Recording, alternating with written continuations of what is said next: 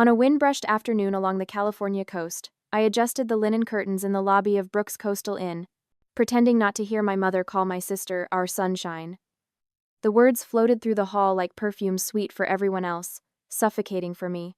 My name is Sienna Brooks, eldest daughter, invisible manager, permanent backup plan. My sister Talia is the queen of the coast, at least according to the glossy magazines that call our family inn a fairy tale business. Guests see her in sundresses, laughing by the ocean. They don't see me logging 12-hour shifts, balancing budgets, and fixing pipes at midnight because family doesn't hire outsiders. Dad says I'm practical, Mom says Talia's the charm. Between the two of them, I became the scaffolding that held their dream while my sister became the view everyone admired. When the local paper ran a feature titled, "Talia Brooks, the young visionary behind California's beloved inn," my mother framed it above the front desk. The frame tilted slightly. I never fixed it. 2 weeks before our annual summer opening, I caught a glimpse of the new promotional brochure. 4 smiling faces: Mom, Dad, Talia, and a caption. A family legacy led by vision and grace. My name was nowhere, not even as operations director. Just erased, as if I were a ghost that haunted the check-in desk. That night, standing under the flickering sign outside, I understood the pattern I'd been part of all my life. They had crowned my sister a queen. They had dressed me in the uniform of a servant. It hadn't begun with the brochure. The habit of disappearing had been taught to me long before I learned to notice it. When I was 9, guests would ask which of us was the older sister. My mother, Diane Brooks, would smile and say, "They're both my girls," then gesture toward Talia so cameras could find her face. I learned to step aside before the flash, like a trained reflex. Our inn wasn't glamorous back then, just 12 rooms, a stubborn boiler, and the constant sound of wind brushing the shutters. Yet even in those small beginnings, the hierarchy was clear. My father, Henry Brooks, loved to call Talia his secret ingredient. She was the flavor, I was the recipe. He believed charm could replace structure, and my mother believed attention was currency. Both agreed I had enough of neither. I spent my teens folding sheets, designing flyers, and wiping salt from wooden railings after storms. The inn grew because of work. No one noticed repairs done before dawn, ledgers balanced after midnight. My mother said it was good practice, that someday I'd make a reliable manager for Talia's success. Back then, I thought loyalty would earn me equity. Instead, it made me invisible. When the travel blogs first mentioned our inn, they described it as run by the radiant Brooks family, radiant, because my sister had learned how to smile in every direction at once. I had learned how to vanish behind her glow. At family dinners, Mom replayed Talia's interviews like Sunday hymns. I kept silent, counting inventory in my head to drown out her voice. College was supposed to be freedom. I studied hospitality management in Los Angeles, far from the shore, but guilt arrived in my inbox every weekend. Emails from Mom, "We need you for the summer rush." Texts from Dad, "Remember where you belong." So I returned every vacation, trading experience for obligation. Talia spent hers traveling, taking photos that turned into magazine covers. By 25, I was back for good, running the operational side of a business that pretended not to need me. Talia became the brand, I became the back office. When guests checked out, they thanked her for my schedules. When suppliers delivered on time, she got the credit for my negotiations. Each compliment she received carved a quiet bruise beneath my ribs. The first time the inn appeared in a national travel feature, Mom cried on camera. She said the business was a testament to Talia's vision and our family unity. I stood just off frame, holding the cue cards for her lines. When the lights went off, she didn't thank me. She only adjusted Talia's necklace and told me to clean the table before the next take. The word family started to feel like a brand label, something printed, polished, and stuck onto whatever version of truth my parents needed that season. Behind closed doors, our unity was a business model. Talia dazzled. I delivered. Dad said it worked because every kingdom needs order. I wondered how long I could keep kneeling before a crown I never asked to wear. One autumn, a tourist dropped a glass in the lobby. It shattered, scattering light like water. While I swept the shards, I heard Talia upstairs rehearsing a speech about leadership for a hospitality award. I realized then how roles had fossilized. She spoke, I cleaned, she earned, I maintained. I remember thinking that every kingdom eventually collapses under its own vanity. I just didn't know when ours would start to crack. Years blurred into routine. My phone alarms replaced my ambitions: 5:30 wake up, 6 prep, 8 guest check-ins. Birthdays came and went with more bookings than candles. Each season added a layer of exhaustion I couldn't wash off. I stopped asking for recognition. It felt childish to hope for fairness in a house built on favoritism. Still, part of me believed they'd see me one day. Maybe after the next milestone, the next article, the next profit spike. But each success only made the crown on Talia's head shine brighter. My parents began calling her our legacy, as if I were the preface they'd already read and forgotten. The night I turned 30, I sat on the staff porch, listening to the ocean press against the rocks. From the dining room, I could hear laughter, Mom's, Dad's, and Talia's celebrating a family dinner. I hadn't been invited.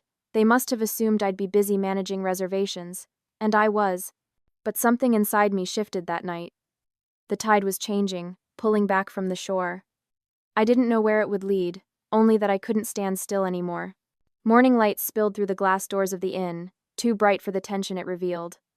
The place smelled of polish and ambition, my mother's attempt to make everything gleam before the investors arrived. The meeting had been scheduled for weeks.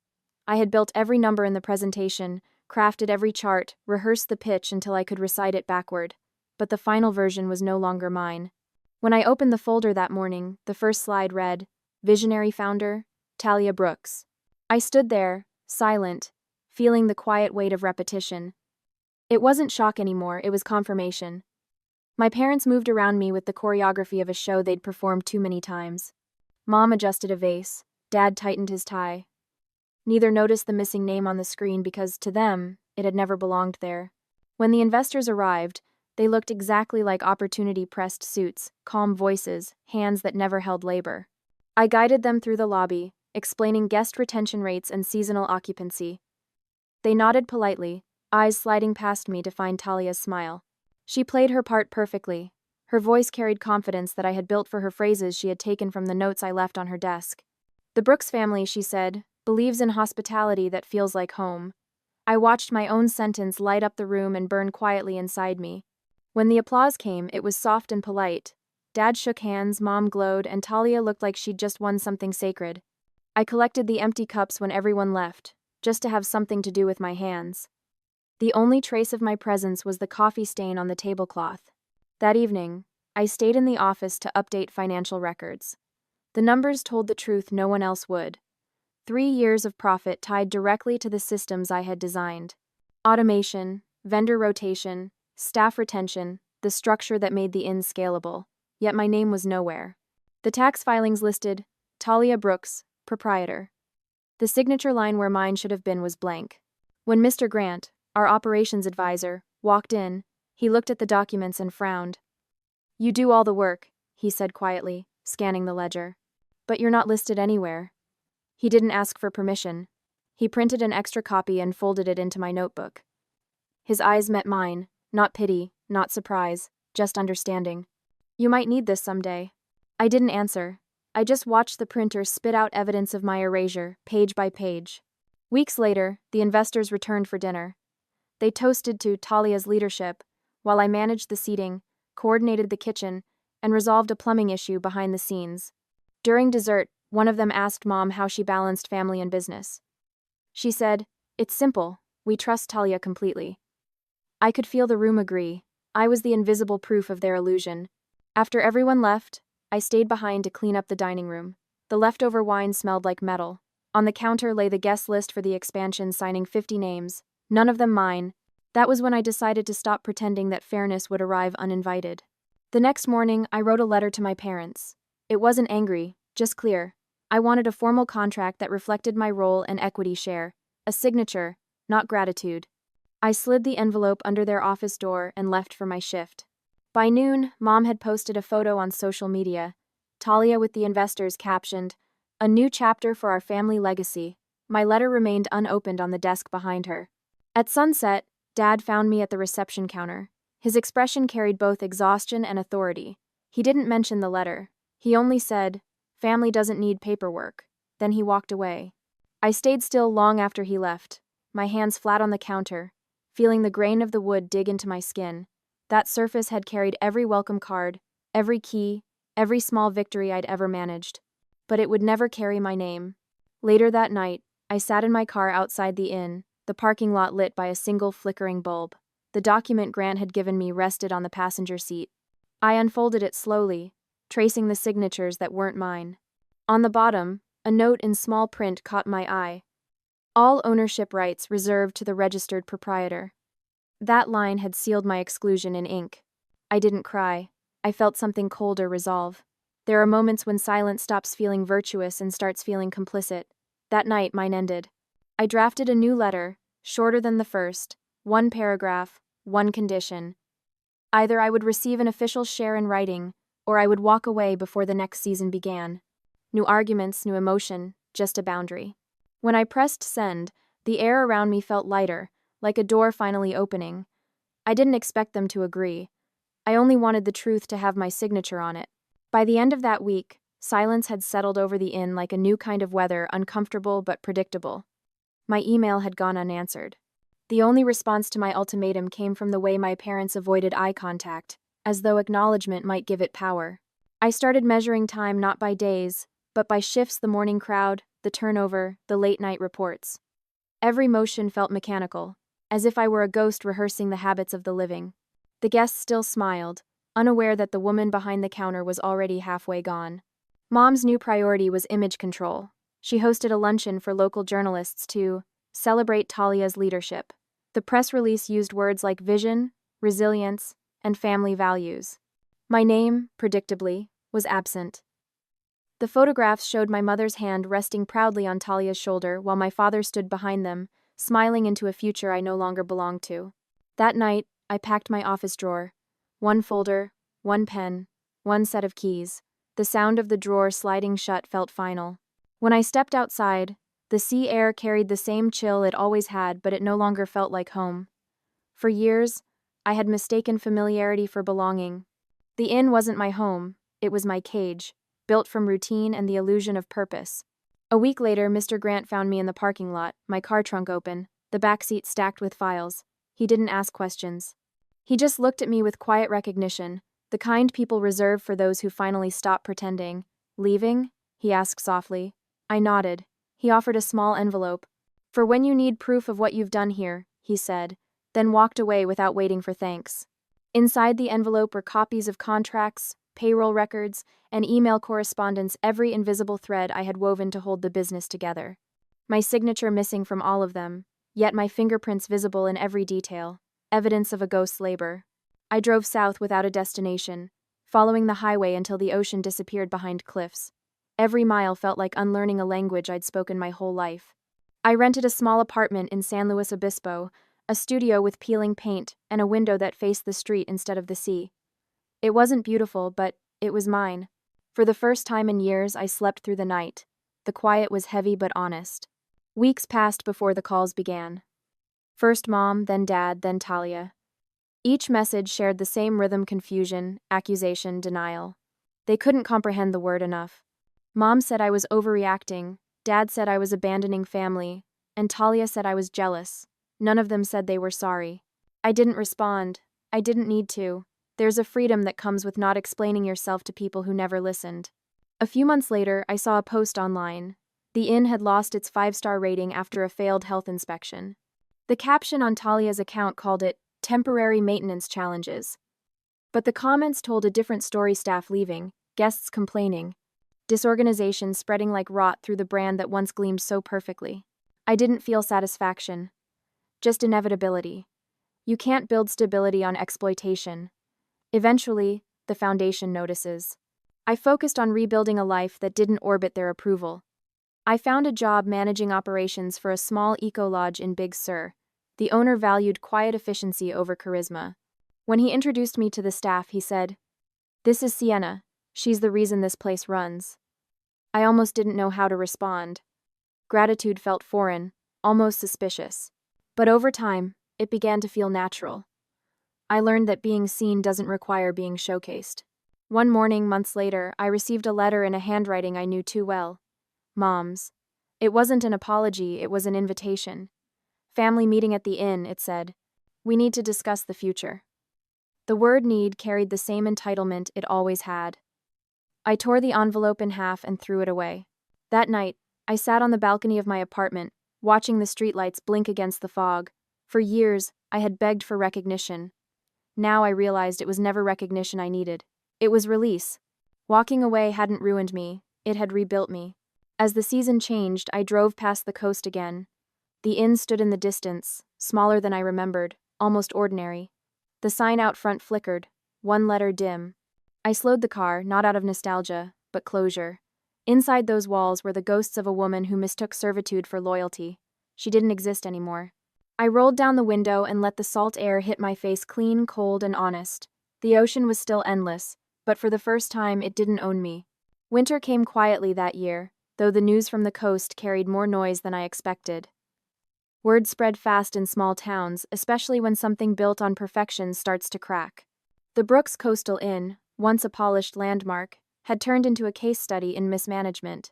Articles described internal restructuring, but I knew what those words meant. Staff turnover had tripled. Vendors withdrew contracts. Guests complained about canceled bookings and unreturned deposits. The empire my parents had paraded for years was now collapsing under its own golden weight. I didn't feel vindicated.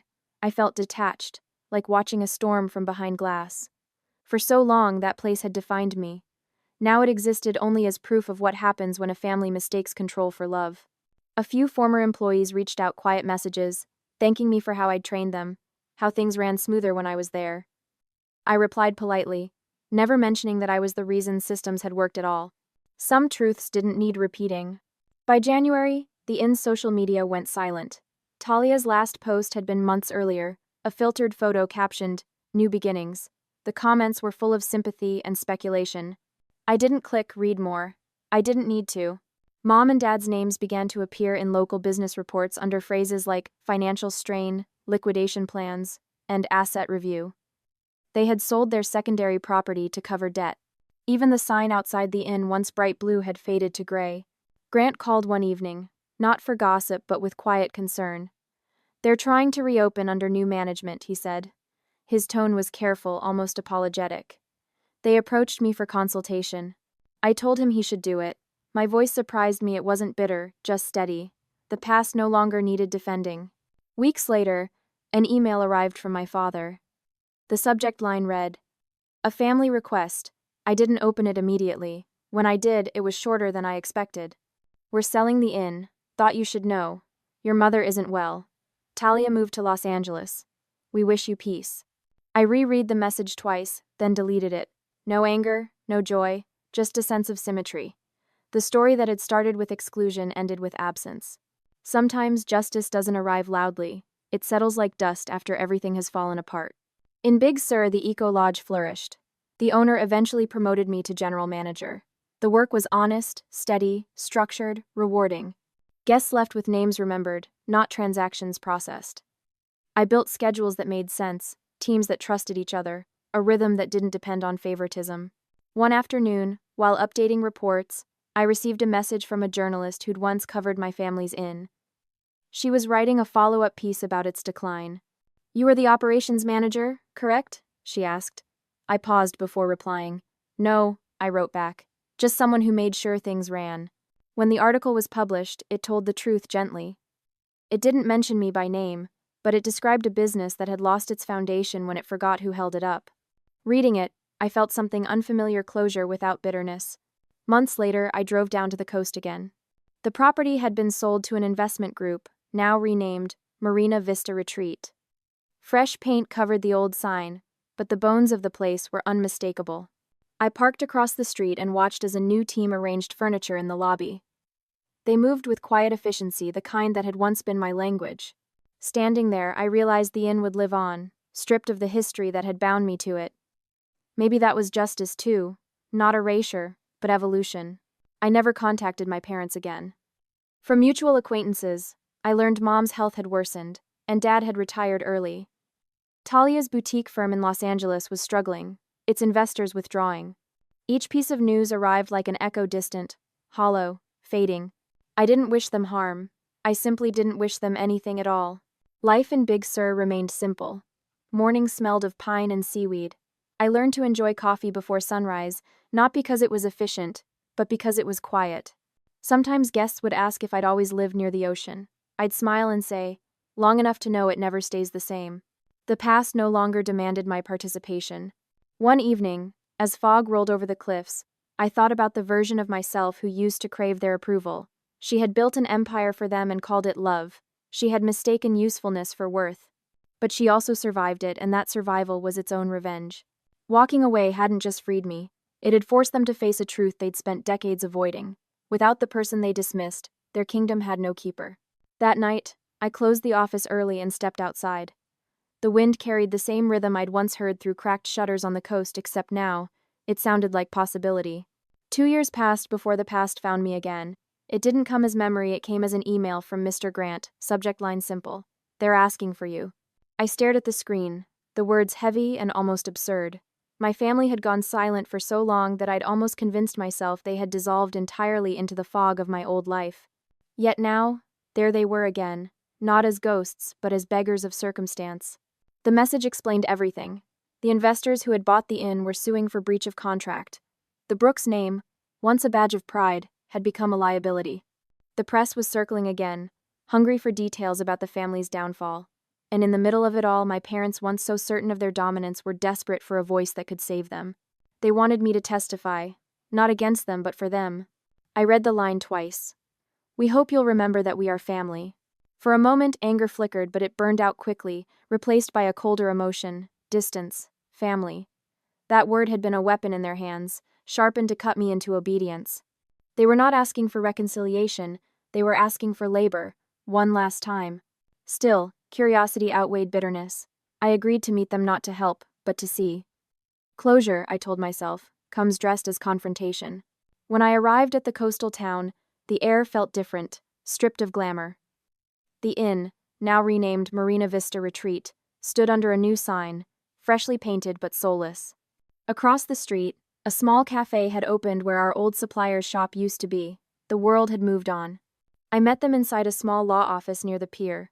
Mom looked fragile, her hair thinner, her voice trembling around words she used to command. Dad's confidence had hardened into defensiveness. Talia sat between them, her phone face down, her eyes dull like someone still pretending the spotlight hadn't burned out. They didn't stand when I walked in. They didn't apologize either. They launched into explanations: financial losses, unfair contracts, corrupt partners. The noise of justification filled the room, and I realized they were still the same people, only smaller. When they finally paused, Mom's eyes met mine. "Sienna," she said softly, "we need your help. You're the only one who understands the systems. The auditors are asking for data you designed. We can't access them without you." Her voice cracked at the word need. For years, I had dreamed of this moment, not their suffering, but their acknowledgement. Yet now that it had arrived, it felt hollow. Their request wasn't for forgiveness, it was for utility. I took a slow breath. "You mean the systems you erased my name from?" I didn't raise my voice. I didn't have to. Silence has its own kind of authority. Dad shifted uncomfortably. "We made mistakes," he muttered. "But we're still family." Family, again, always the same key to the same locked door. I stood. "You're right," I said quietly. "We're family, and that's why I won't lie for you." The look on Mom's face froze, half confusion, half disbelief. It wasn't cruelty that made me say it. It was truth, the kind they had never let breathe. I walked out before they could respond. The ocean wind hit me as soon as I stepped outside, sharp, almost cleansing. For the first time, I didn't feel like I was walking away. I was walking forward. Later that week, I sent a formal statement to the auditors. It was brief, factual, and unembellished. The systems had been designed solely by me, with no contractual acknowledgement. The records were accurate, the work was mine, and I had no further affiliation with the Brooks family. Grant called after reading it. "You ended it cleanly," he said. I could hear admiration behind his restraint. "You didn't need revenge." He was wrong in a way. That was revenge. Not fire or fury, just the quiet act of truth standing where lies used to live. Months passed. The lawsuit concluded without my involvement. The investors won partial ownership. My parents lost everything but a modest retirement home inland. Talia moved abroad, trying to rebuild under a new name. None of it surprised me. Sometimes I wondered if they ever spoke of me now, not with anger, but with understanding. Maybe not. Maybe some stories never earn clarity, only consequences. At the lodge, life remained steady. Guests came and went, seasons changed, and I found a rhythm I didn't need to justify. My new staff often called me Miss Brooks out of habit, and though the name once carried pain, I no longer flinched. I had rewritten what it meant. One evening, standing on the balcony, I watched the horizon melt into gold. The ocean stretched endlessly before me, familiar yet no longer mine to tame. I realized the reckoning had never been about them losing. It had been about me refusing to keep losing myself. Freedom isn't loud. It doesn't announce itself with victory music or applause.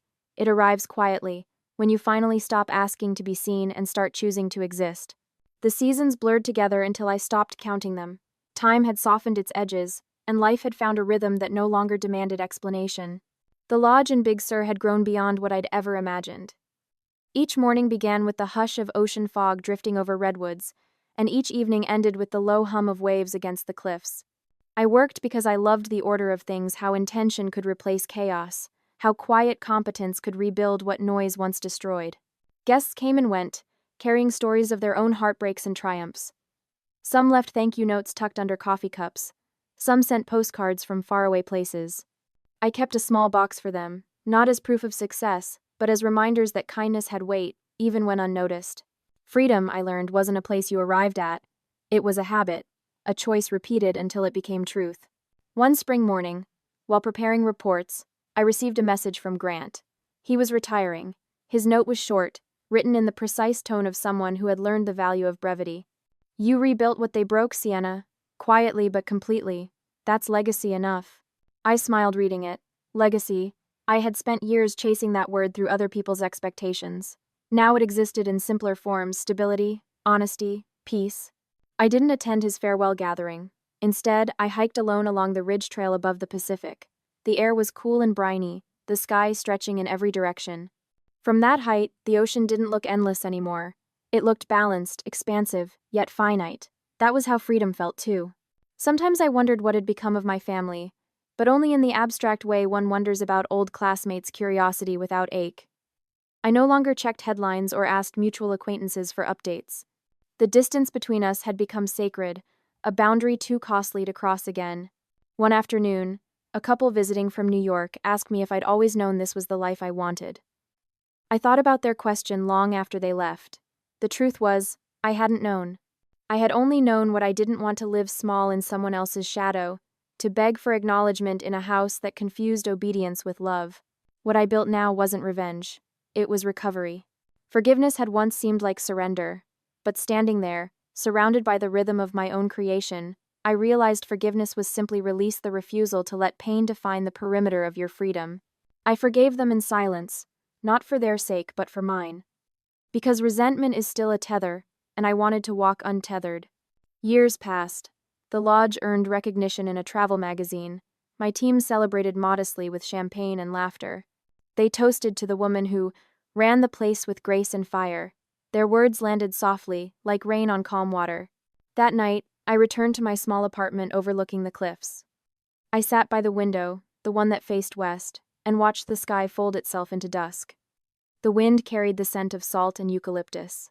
I thought of every version of myself that had existed before this: obedient, unseen, angry, lost, and for the first time I felt gratitude for her. Every broken version had built the foundation for this steady one. Freedom wasn't the absence of the past. It was the decision to stop dragging it forward. I started volunteering on weekends, mentoring young women who wanted to start small businesses but didn't know where to begin. I recognized the fear in their voices, the doubt disguised as humility.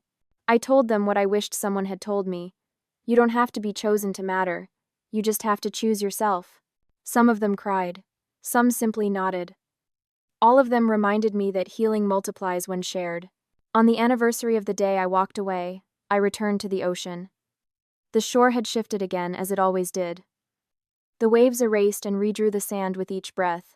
I stood there until my shoes filled with water and my pulse matched the tide. There was no anger left, no grief, only clarity. If I had stayed, I would have lived in permanent rehearsal, always waiting for a role that was never mine. Leaving had been the first honest act of my life.